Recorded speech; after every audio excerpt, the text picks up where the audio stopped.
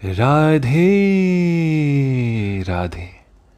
चलिए, जैसा कि हमने पिछले अध्याय में आपको बताया कि किस प्रकार धृतराष्ट्र ने संजय से एक प्रश्न किया और कहा, हे संजय, कुरुक्षेत्र के युद्ध स्थल में मेरे और पांडु पुत्रों के मध्य क्या हो रहा है। इस पर संजय की जो प्रतिक्रियाएं थी वही हमारा आज का विषय है। मिलकर बोलिए, राधे राधे। धृतराष्ट्र जन्म से अंधा था।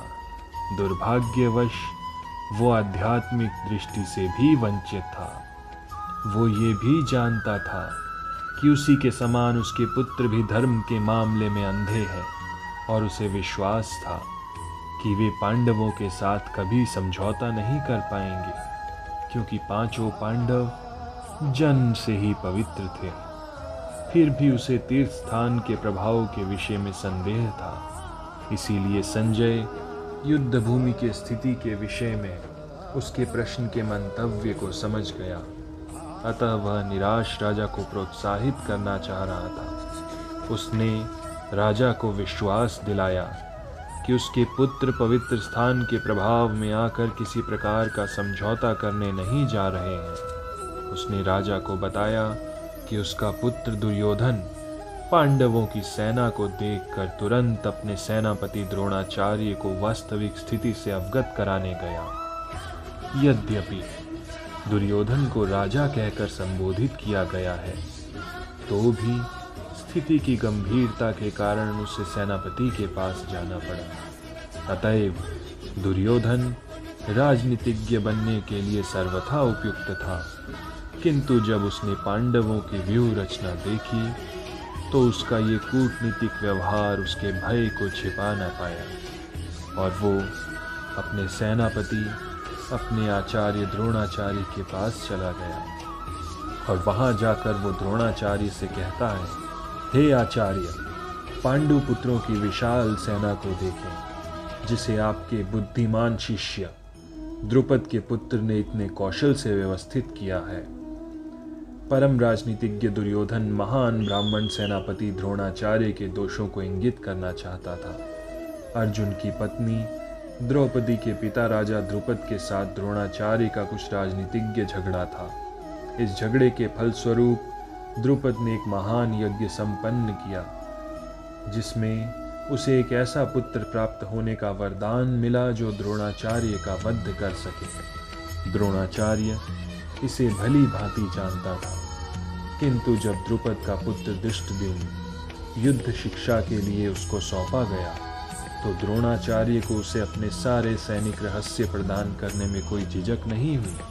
अब धृष्टद्युम्न कुरुक्षेत्र युद्ध भूमि में पांडवों का पक्ष ले रहा था और उसने द्रोणाचार्य से जो कला सीखी थी, उसी के आधार पर उसने ये व्यूह रचना की थी। दुर्योधन ने द्रोणाचार्य की इस दुर्बलता की ओर इंगित किया, जिससे वो युद्ध में सजग रहे और समझौता न करे। इसके द्वारा वह द्रोणाचार्य को यह भी बताना चाह रहा था कि कहीं वह अपने प्रिय शिष्य पांडवों के प्रति युद्ध में उदारता न दिखा बैठे। विशेष रूप से अर्जुन उसका अत्यंत प्रिय एवं तेजस्वी शिष्य था। दुर्योधन ने ये भी चेतावनी दी कि युद्ध में इस प्रकार की उदारता से हार हो सकती है। उसने कहा, इस सेना में भीम तथा अर्जुन के समान युद्ध करने वाले अनेक वीर धनुर्धर हैं। यहाँ महामहिम युयुधान, विराट तथा द्रुपद भी हैं। यद्यपि युद्ध कला में द्रोणाचार्य की महान शक्ति के समक्ष धृष्टद्युम्न महत्वपूर्ण बाधक नहीं था, किंतु ऐसे अनेक योद्धा थे जिनसे भय था। दुर्योधन इन्हें विजय पथ में अत्यंत बाधक बताता है, क्योंकि इनमें से प्रत्येक योद्धा भीम तथा अर्जुन के समान दुर्जेय था।